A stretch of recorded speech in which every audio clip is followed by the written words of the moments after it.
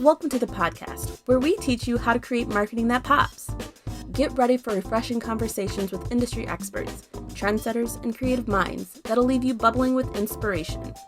Get ready to turn up the volume on your business. Let's get popping.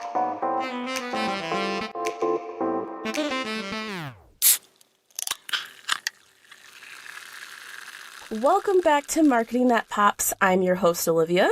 And I'm Michelle.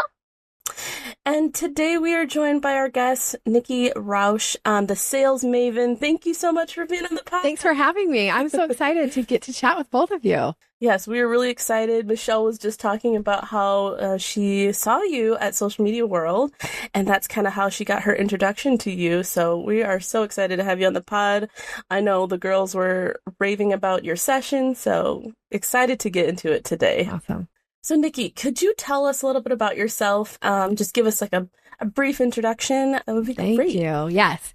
So I am a sales coach and trainer. My background, I have pretty extensive background in sales. That was my professional career for many, many, many years.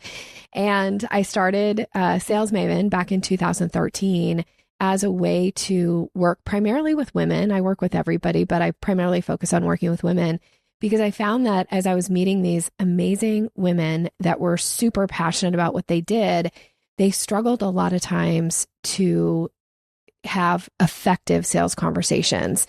And that was something I knew how to do. I also have a pretty extensive background in neuro-linguistic programming. If that's a new term to anybody, it sounds super scientific, but it's really the study of communication.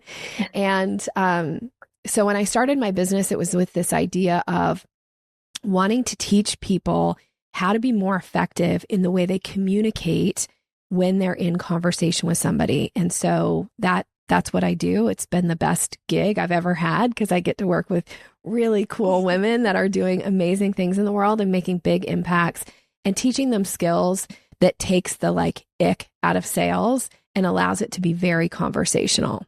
Oh, I love that. There is a lot of ick that is associated with sales, and kind of just the sales people get a bad rep. Sometimes it's deserved. Yeah. Let's be honest. Right. Yeah. Yes. Yeah. Oh, I have some questions later that I want to ask you about, just kind of connecting sales and marketing and how sometimes they kind of can butt heads. But we'll get into that in a little bit. So I'd love to start off by talking a little bit about our myth. So on every episode that we have, we ask our guests to debunk a myth. So today, my question for you is, in sales, when you get a no, does that mean that the conversation is over and the deal is dead? How do you approach that? Yeah, I love that. It not necessarily, when you get a no, if you have done the sales process. Now, I teach a 5-step process. It's my signature framework for sales conversation. It's called the selling staircase.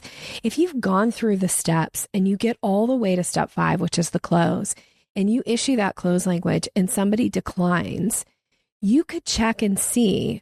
And the way you would do this is you would say, is it okay to ask? That's what's known as a softening phrase, by the way.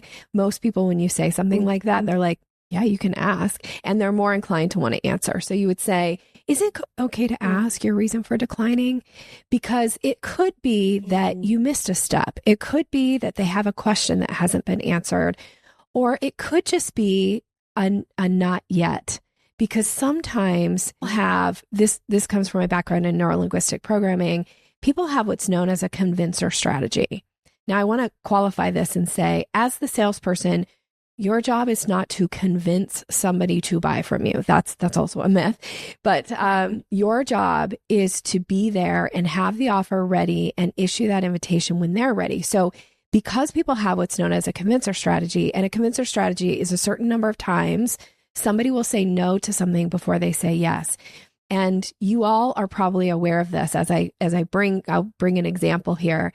You might see an ad for something, and your initial reaction when you first see it is like, that's dumb. Who would buy that? And then, pretty soon something happens in your life, or some awareness, you read something and you see the ad again and you go, I wonder who uses that. And then see the ad again and you're like, I wonder how I would use that. And then you see the ad again. And at some point, you may actually decide to buy it.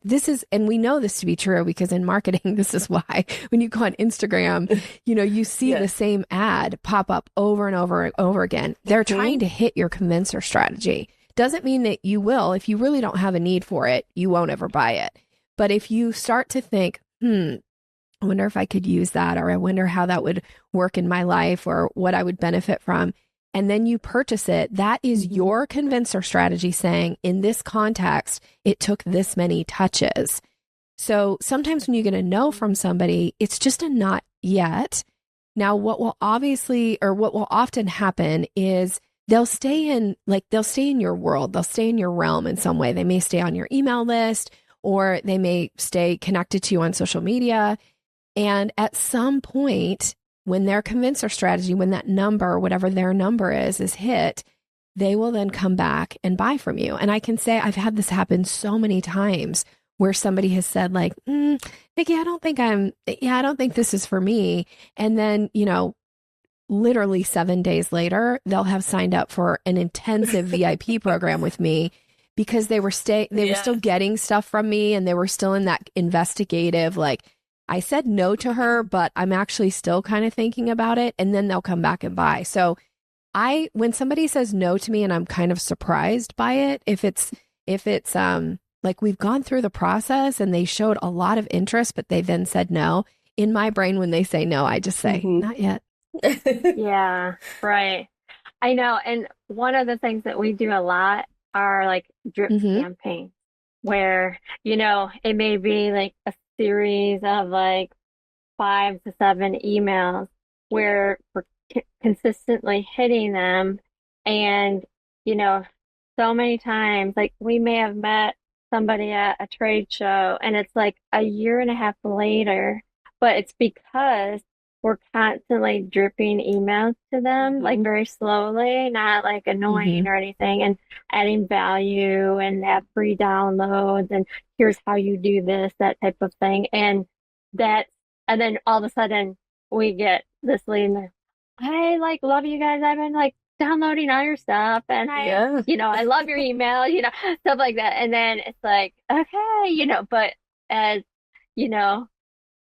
an owner going, how come it's taking so long? It's like you want the thing right now, but you do have to be patient and wait until they're ready. I would say you want to hit the trifecta. It's the right time, the right offer, the right price for this person. And you don't get to determine when that trifecta is. They determine that for themselves. And unfortunately, they can't even articulate to you when that's going to be. So that's why it's so important that you stay front of mind, that you keep in touch with people. Now, if you get a hard no, right, like sometimes no really does mean no. And if you get a hard no, then you can bless and release and take that as not as rejection, but take that as good news, because now you don't have to spend any time, any resources, any energy trying to continue to nurture somebody who's like, I would never buy from you, lady. Like, I don't like you. I don't like your stuff. Great. Bless and release. Move on. Yeah. Yeah. I love that. Bless and release. I'm going to keep that with me. So, you kind of touched on this a little bit, but I'd love to just kind of hear a little bit more of your journey and like how you really developed the Sales Maven approach, just because it's working. And so I'd love to just dive into it. Well, as far as like the signature framework, the selling staircase, that 5-step process for a successful sales conversation, that actually took a while, but it really came from me teaching, right? So me having, client sessions with people and the questions that they would. One of the things I learned this in my study of neuro-linguistic programming, that there is a structure to excellence. And when you can break down a structure for somebody, it allows for them to apply that to their own life or business, whatever the structure is in context to. And then they can see similar results. If you take somebody who's getting exceptional results, you break down the structure of how they're doing it, and you give them a step-by-step approach. Like most of us love a step-by-step, right? Like, oh, I can follow that. And it allows for your own kind of personality to shine through too, because just because you're following a step-by-step process doesn't mean you're a robot. Doesn't mean you have to talk like me or be like me. You get to be you. and you get to follow this process. And so when I started working with clients, when I was early into the business, like I was teaching the things that I knew how to do, but I didn't have like a process. I didn't have a signature approach. And I remember like breaking it down for a client. And at one point she said to me, and she had been through other coaches, other sales coaches, and really it took her a while to hire me because she was a little gun shy. She was like, I don't know, Nikki, I've worked with other sales coaches and their approaches. Like it just does not work with me. And then she ended up taking a chance on me, and we were sitting in her VIP day, and I was breaking down this process for her. And she was like, I really need it like broken down. I was like, great, I can get super granular if you want. So we were breaking it down, and she said, Nikki, it's kind of like the selling staircase to heaven. And so I was like, great, if that works for you, if you need a staircase, great, I'll do this. And then we ended up creating like an 11-step process. Now, over time, I was able to go, well, 11 steps seems like a lot. And people go like, wow, that's a lot to learn. Yeah. And then I broke it down. I think I got it to 8, and then I got it to 7. And then just from really teaching and finding what were the things that lit somebody up and made them go, oh, I can do that. That's where the 5 steps ended up becoming the final like process. And now it's something that I teach over and over and over again. And people, my clients can repeat it back to me. They're like, oh, I know what step I'm on in this conversation with somebody right now. We're in step 2, and here's what I'm supposed to say or do that allows for us to continue this process and eventually earn the business. Yeah. Oh, were you going to say something, Michelle? You know, I was going to say something. Go ahead. I was going to say, like, I know for me and probably a lot of people, that hardest part is not, that first meeting or the presentation meeting. It's the close, like asking for that business, because I know for me, I don't want to be that pushy salesperson. I don't want to be like just asking and asking. And, it's like you get done with that presentation and then it's like, like I've had so many that are so good, and I know like I connect with the people and I can just tell that, they like me. And then all of a sudden it's like silence. I don't hear from them. Like, what did I do wrong? Like, what happened? And so I know in your session that I attended, you really talked about the simple phrases to help get to that point. Can you talk a little bit about that? Yeah. So one of the things that we often forget when we're the seller is we get nervous, right? And we go like, oh, I don't want to come across pushy and they're going to make judgments about me. Like we get in our head and all these things. We forget though that the other person is in their head and they're thinking all kinds of things. And they're being exposed to you for the first time often, or the first time they're hearing your offer, or like what, thinking about something. And so they need time to process, but they also need a guide. Because they don't know what they're supposed to do or say next. And it's your job to guide. It's your job to earn the business. And so one of the ways that you can move somebody from one step to the next, and specifically on the close, is, you always hear people say like, ask for the sale, which I agree, ask for the sale, but I teach it as issue an invitation. And the reason I teach it as that is because most of us understand what it's like to receive an invitation to something. Doesn't mean we'll go. Doesn't mean we're going to participate. But one of the things we also know is that if everybody around us gets an invitation to the neighborhood barbecue, for instance, and you don't get the invitation because somebody assumes something about you, like, oh, Michelle's probably out of town that day, or, oh, Olivia's not going to want to come, you kind of feel a little bit slighted of like, wait, I didn't get an invitation. I would like to be the one to decline and make that decision for myself, right?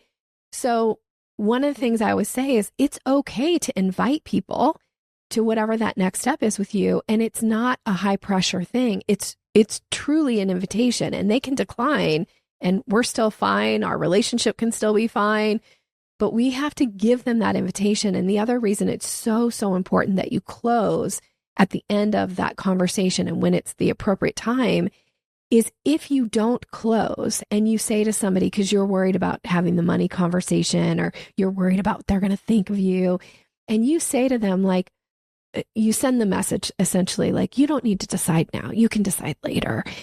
You are saying to them, hey, add this decision to your to-do list. And I don't know about you, Olivia or Michelle, but they say most of us die with our to-do list undone, right? Like we're always adding new things to our to-do list.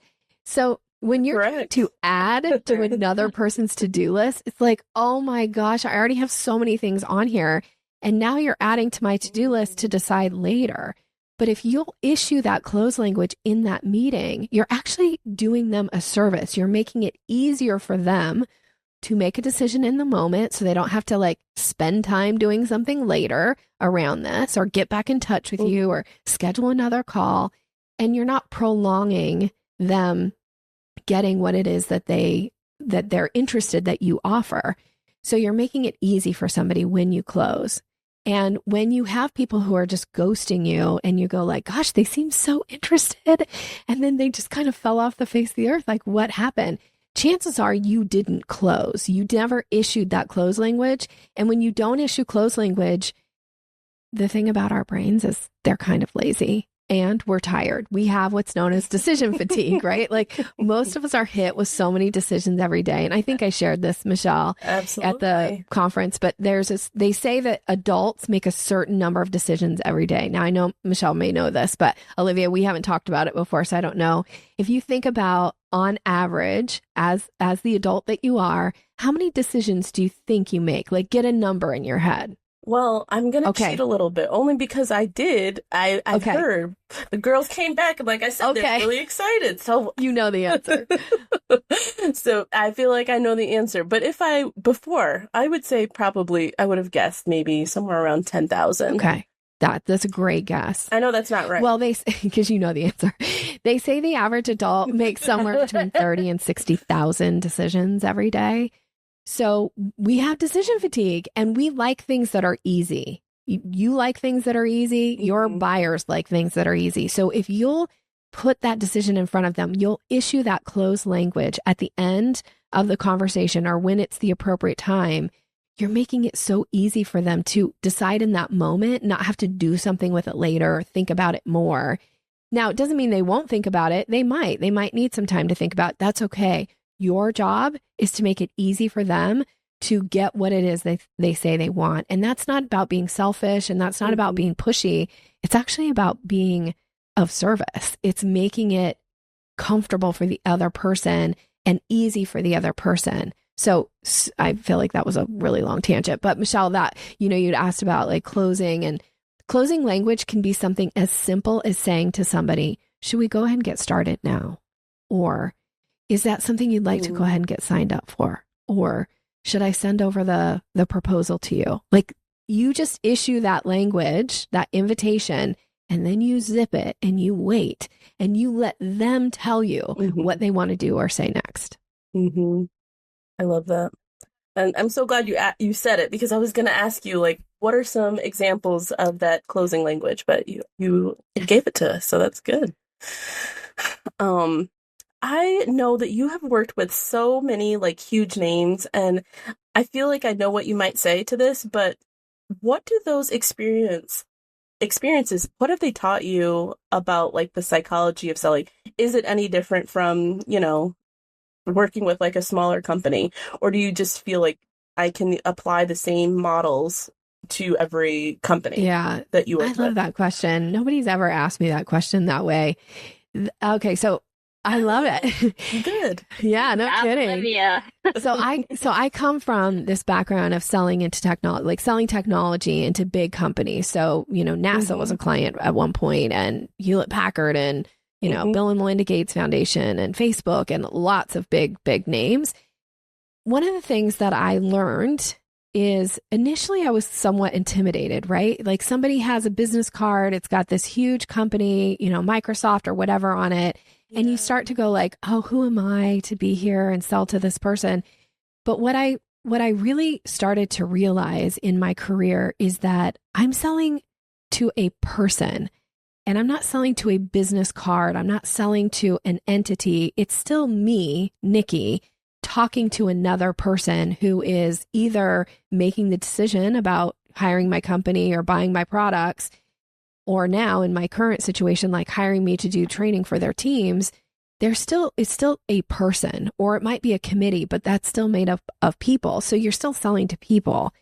And when you treat the person, that the relationship is important, that the rapport is critical, and you do everything you can to establish relationship and rapport, then it takes some of that pressure away of like whatever the big name is on the card. Because, even one of the large companies that I worked for, they were one of the largest companies in the world. And yes, my business card would open doors because people are like, oh, she works for Hitachi. Like, that's a big name, Yeah. And it would help open doors. But realistically, like once I'm in the door, I still am Nikki. I'm still me showing up. You're still you. And I have to relate to you as a person. Mm-hmm. Yeah. That's interesting. When you think about the types of companies that you have worked with, like what is your ideal prospect? Is it like, are you focused more on bigger companies, small to medium? Like what is that? Or is it like big teams or individuals? What does that look like? Well, now in my current business, Sales Maven, I primarily work with small business owners and entrepreneurs. And like I said earlier, I have a real focus on working with women because I know that when women bring money into their families and into their communities, they give back. And that feels really important to me of this idea of making a positive impact in the world. So a lot of times now I'm working one-on-one with people, or I work with a small team. It's not that I don't, do trainings for big teams. I do. It's just I have a real passion for women in business. And a lot of times they have a smaller team, or maybe it's just them and they're like, selling myself and selling my services feels hard and it feels weird. And, so that's like my ideal client. Awesome. Love that. Yeah. And now that, I own my company and, we've really kind of jumped into like, hey, like, this isn't a bad thing that they're a woman-owned business.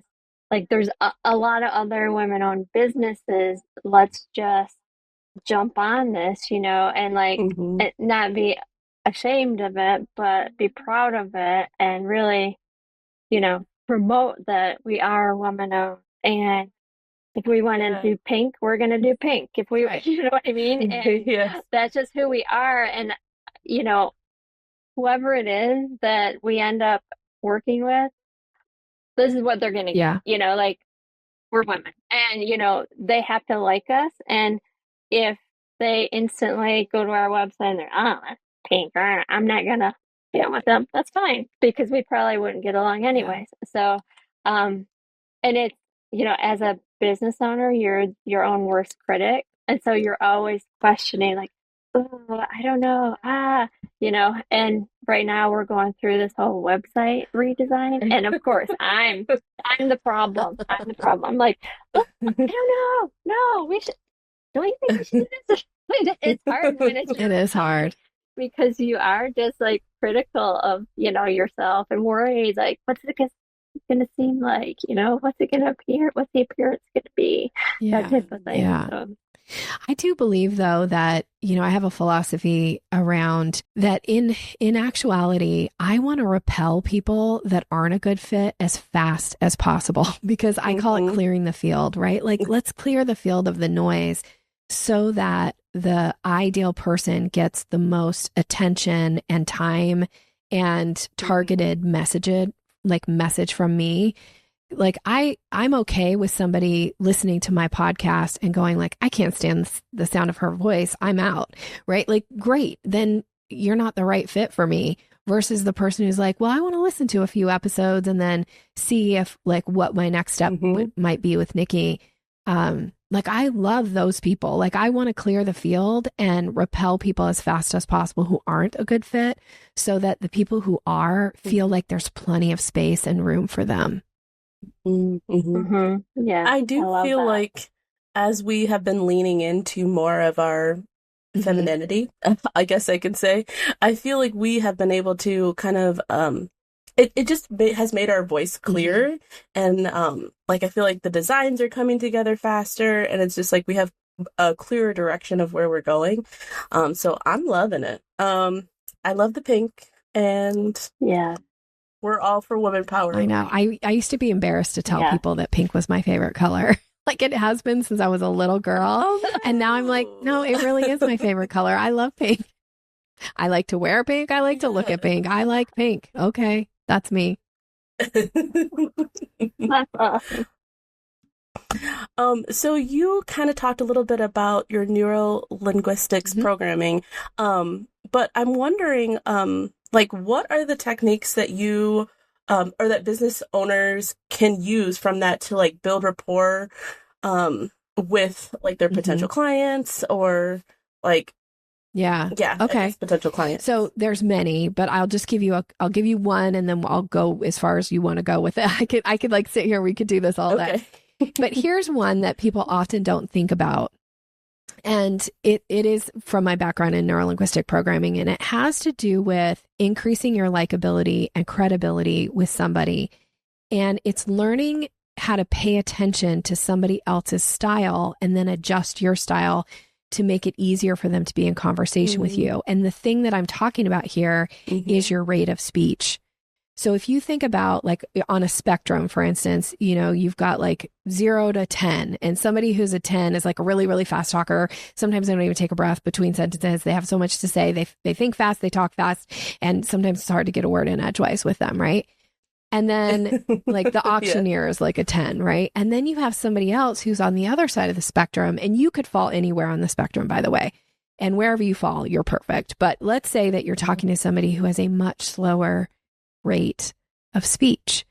They have a thought, and then they think about it, and then they say it, which can be a real shock to those of us who are fast talkers. We're like, wait, you think about your thoughts before they come out of your mouth? Like how novel is that? Right? So when you have somebody who has a very different style of you, and specifically rate of speech, it can be difficult to be in conversation with somebody like that.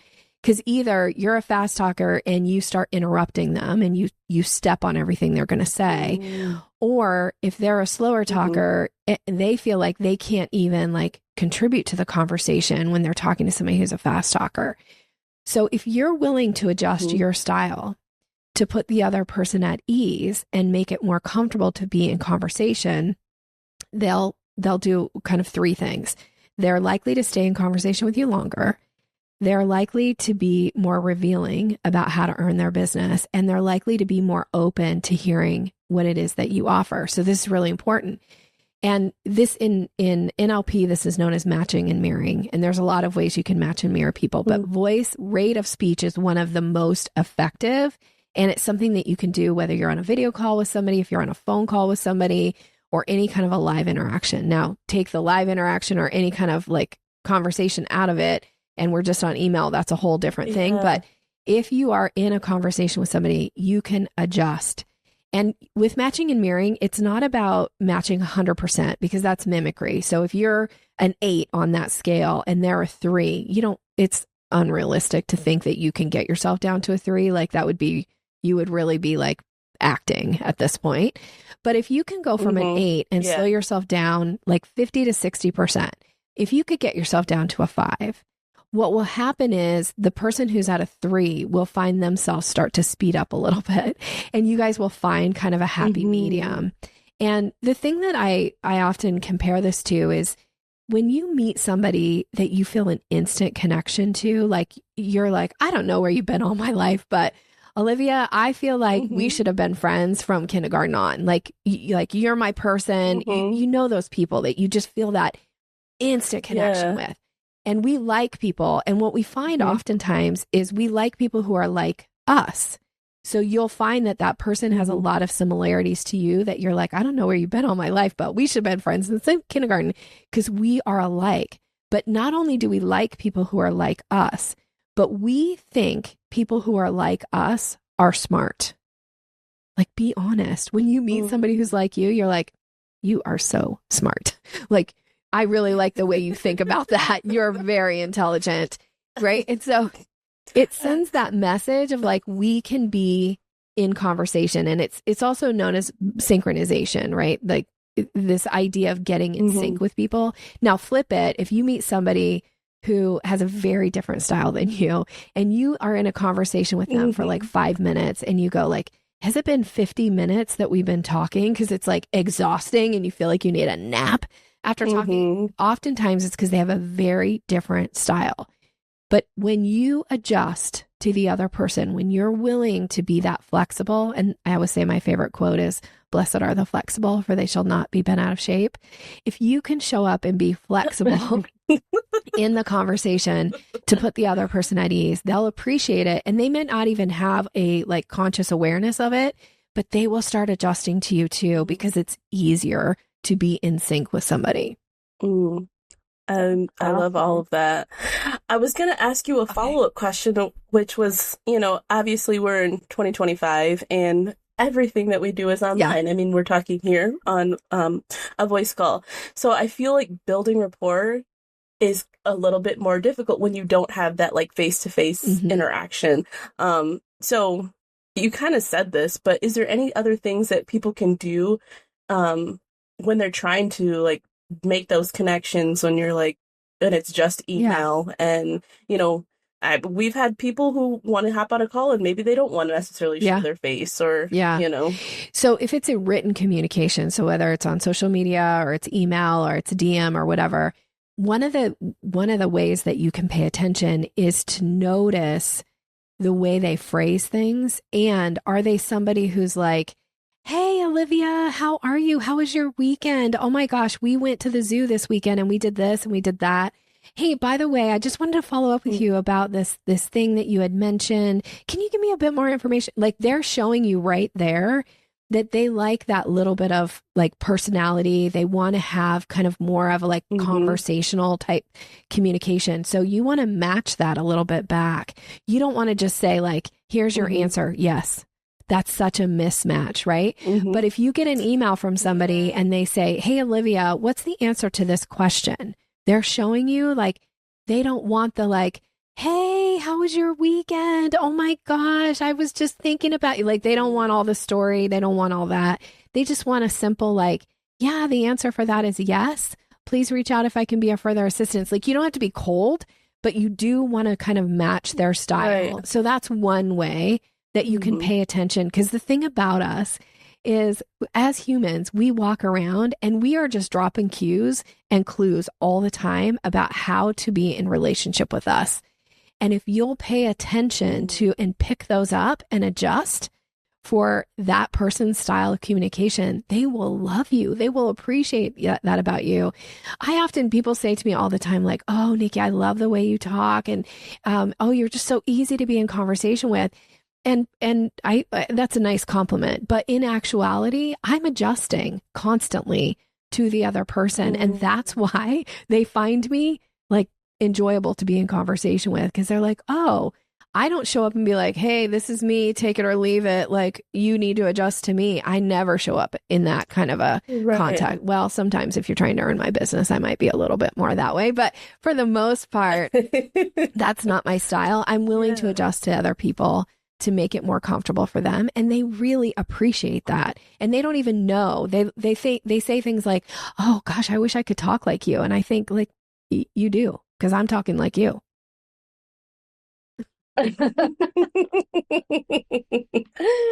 So funny. I'm thinking Olivia is laughing because she can read me like a book and she knows like, but other people can't. And she's like, "Okay, Michelle's getting really annoyed. We have to move on." Or, "Oh, Michelle, what's going on? What's wrong?" It's like written all over my face. So I should be pretty easy to like relate to. No, I love this. I'm like geeking out over here. This is really, it's tingling all of the things for me. I'm loving it. Right.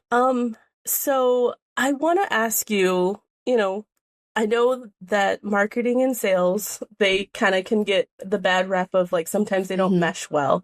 What are some things that you feel like we can do to like kind of bridge that gap between sales and marketing? Well, I always think that sales and marketing are like cousins. They're not the same. And there's often a like there's kind of confusion oftentimes because people think, oh, sales and marketing, because you hear those two terms together a lot. So they think like, oh, it's the same thing, but it actually isn't. And one of the things I think is a real important distinction is that marketing's job is to build awareness in the marketplace and potentially bring leads in the door. That's marketing's job. Sales' job is to take that lead and turn it into a prospect and then eventually a client. It's sales' job to close the deal. It's not marketing's. And I think a lot of times there's a misconception like, well, I spent all this money on marketing and I got all these leads, but none of them closed. Well, what was your sales process? And they're like, what do you mean a sales process? Well, you have to have a sales process. Like that's not marketing's job. It's not their job necessarily to close the lead. It's great when they do. Like that's awesome. People see something online and they're like, oh, I'm just going to buy that. And they don't need any interaction. But most of us, that's not how business is done. If you're doing business that way, fantastic. But a lot of times, especially again, in the space that I work with coaches and consultants, and they have to have conversations with clients. And so expecting marketing to do the job of sales is unrealistic. And also expecting sales to do the job of marketing. Like I have to say to people all the time that want my opinion about marketing, I say like, I can give you my opinion, but I'm not a marketing expert. I'm a sales expert. If we can talk about the sales process, if we can talk about the sales conversation, I can give you something that's going to make a difference. But if you want to know how to optimize your ads, I'm not your gal. Yeah. There's a clear distinction for sure. Yeah.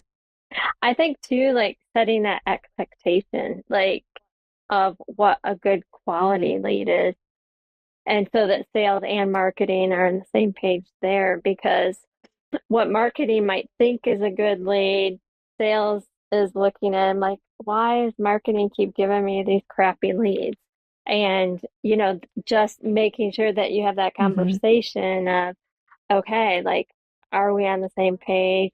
How are the leads going? Are they good? Are they qualified?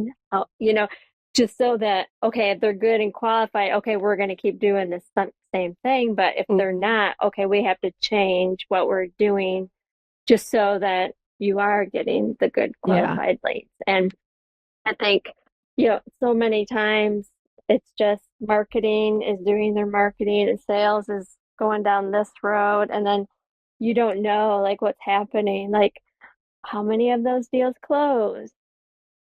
We need to know so that we can, provide the nice ROI and reporting and things like that. And so that is really. And I love the idea, right? Like ROI, like you're speaking to my language because, that's money. And I love the concept of bringing money into the business. But there is also, I don't know if you know this term, ROO instead of ROI, but it's return on opportunity. And so a lot of times when you're doing, I think, marketing, sometimes you're not going to see necessarily a concrete ROI on it. It's great when you do, right? It's fantastic. But you also have to think about like, what's the opportunity? So, you've mentioned now a couple times, like you heard me speak at Social Media Marketing World. That came about, it was a total ROO opportunity, like how that even came about, because I have somebody who pitches me for podcasts, and that's a huge source of marketing for me, is guesting on podcasts. And I was on somebody's podcast, and Michael, who is the person who puts on Social Media Marketing World, he heard me on somebody else's podcast and then reached out and said, hey, Nikki, will you come on our podcast? So I went on his podcast, and then afterwards he said, I'd really like you to come and teach some of this stuff at my conference. Right. But that wasn't, you can't say, oh, like the return on the ROI on this from me being on this other person's podcast. That was more of an ROO opportunity than it was like an ROI opportunity. And so I think a lot of times around what's my return on opportunity, and even going and speaking at Social Media Marketing World, like that's how I got to be on your podcast, right? That came from that. That's another opportunity that's presented.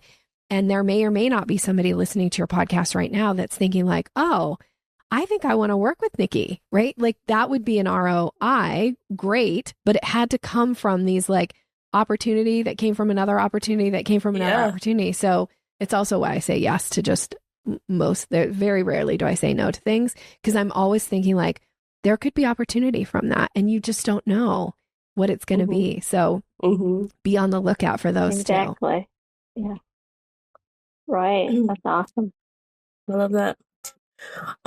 So I want to get into kind of like the entrepreneur's mind, and I know we all we make mistakes and we learn from them, but what are some common mistakes that entrepreneurs make when they are trying to close a sale that maybe, I know that you said like maybe the ask, is there any other ones that maybe they should be like looking out for, that they could be making a change? Well, one big misconception is I think people think that sales is something you do to another person. And I say, no, sales is actually something you do with somebody else. And so when you're thinking about closing business, you shouldn't be the person who's trying to do something to somebody. You shouldn't be talking at people. You should be thinking about it from a with conversation. So that means that a conversation is actually a two-way thing. It isn't talking at somebody, it's talking with somebody. So that means that you don't just show up and word vomit all over somebody and think you're going to earn their business. There needs to be opportunity where they're speaking, you're listening, you're asking really smart questions. And one of the biggest mistakes that comes from the like why the sale never actually closes is because you didn't ask the right questions.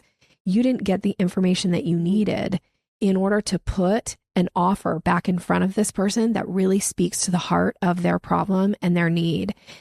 And so I think a lot of times people think, well, like, oh, I have this sales opportunity. I have to show up and I have to like put on a performance. And that's like you acting like you're the monkey and you're supposed to dance for this person. Like, no, that's not how you sell to somebody. You're not performing. You're actually showing up from a curious place and finding, do they have a need?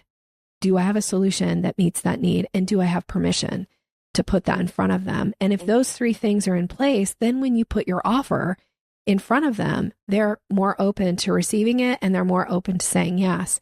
But it really comes down to, are you asking the questions and getting that information earlier on in the conversation? Because if you just show up and be like, hey, this is what we tell everybody, this is what we do for everybody, here's my spiel, and it's like you're just pressing play on me and I'm just like word vomiting it back to you, like that doesn't feel conversational and it doesn't feel targeted to the person who's sitting listening to it. So it's like, I don't even think you're speaking my language. Like, I don't think you're speaking to the heart of what I'm trying to solve here, what I'm trying to accomplish. So of course it's a mismatch, and it's so hard to earn somebody's business if you don't have that information that you need in order to make your offer tailored to meet their need, to solve their problem.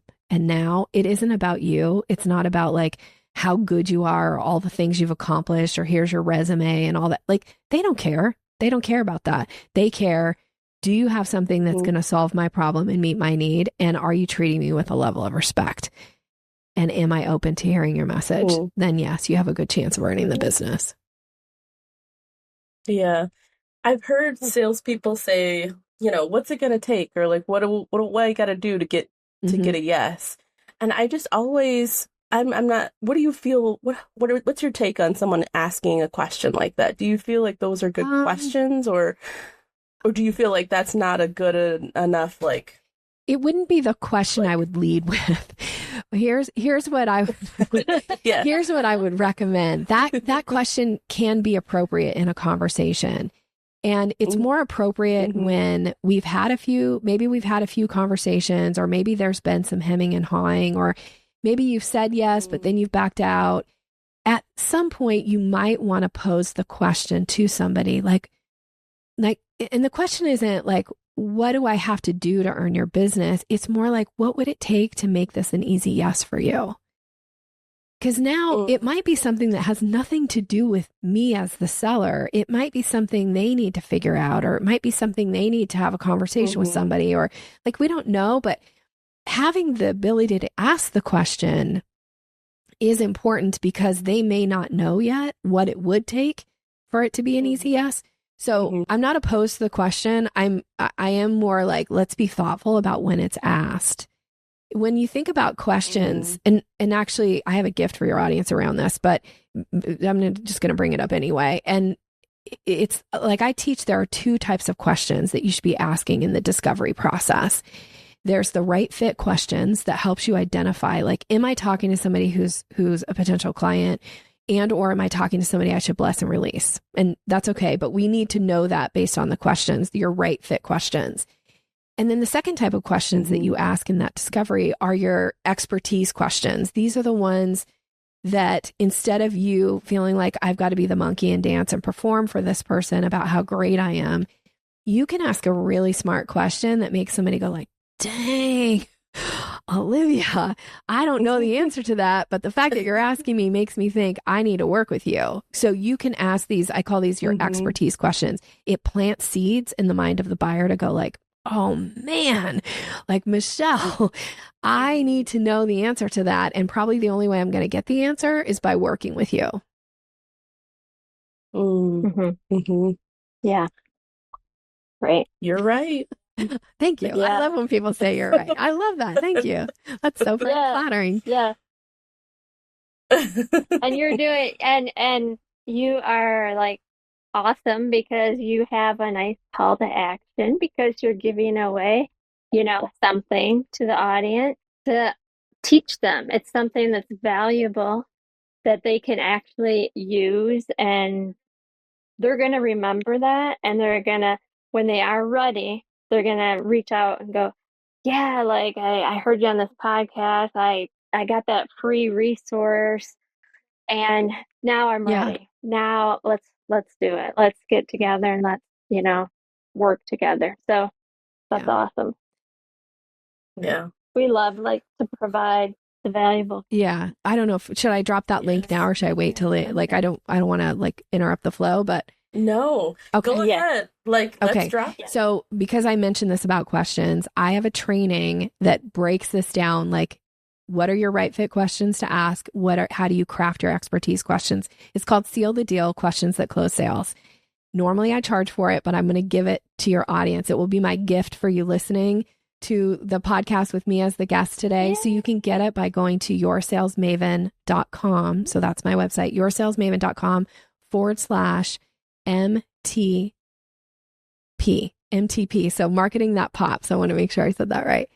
And then you can grab that training. Like I said, you'll see on there's no place that you have to put in your credit card. It's ready for you to just go and download it. And I would love to gift it to you because I know that when you ask smarter, better questions in that call, you will increase your chances of closing that business because you will be able to tailor your answer, your offer, everything to that person. So they're like, oh, I feel like you just speak my language. I'm so in. Yeah. Yes. Love it. Well, I have loved this conversation so much, Nikki. I don't know if you've been mirroring us this whole time, and that's why I loved it, but I enjoyed myself. I had a good time. So much. So I just want to say, where can people, I know you just gave that, but where else can people find you on the internet? Can they follow you on your podcast and social media? Yeah, thank you so much. Yeah, I do have a podcast. It's called Sales Maven. So you can find it on your favorite podcast platform, whatever that is for you. I'm on Spotify, Apple, all of them.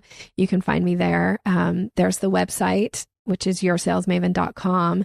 And on social media, you'll find me under Sales Maven or Your Sales Maven. Either one depends on which platform you're on. But I think usually if you type in Sales Maven, you'll find me because I kind of come up. I've been around for a while. So you'll find me there. And I'd love to connect. If you're listening and you're like, what did Nikki mean when she said XYZ? Reach out and ask me. I'm happy to clarify. I love to hear from listeners. And if there's some way that I can support and be a resource and you're ready to kind of take a next step, again, please reach out. I'm very approachable, very easy to get in touch with. And it would be an honor to hear from a listener who wants kind of that next step in increasing their confidence. Awesome. Thank you so much. We appreciate you being on too. Yeah. I do have one final question for you. because you have so many resources, where is the best place for people to start? Should it be like on the podcast, or should there, I mean, you have 3 great books that you have. So what's the best way for people to really get like honed in and start with? Well, I'm going to say, because I'm on a podcast, that chances are there's some part of your listeners that are like, we like this format. So yeah, go listen to one of the solo episodes of my podcast. So I have a couple different types of episodes I do, but a solo episode is me usually teaching a concept and giving some technique and some strategy around something. So yeah, and there's, I don't know, I'm up to 275 podcasts now. So there's plenty of content there for you to go and find something that speaks to you. So start with the podcast, I would say, Sales Maven. Awesome. Well, thanks, Nikki, so much for being on the pod. We have enjoyed you so much. Thanks for having me. Thanks for listening with us today. Stay tuned for the latest in web marketing and design from ThrivePop. Want to be a pop star? Head over to thrivepop.com/podcast to join our mailing list for episode notifications, sneak peeks, listener feedback, and more.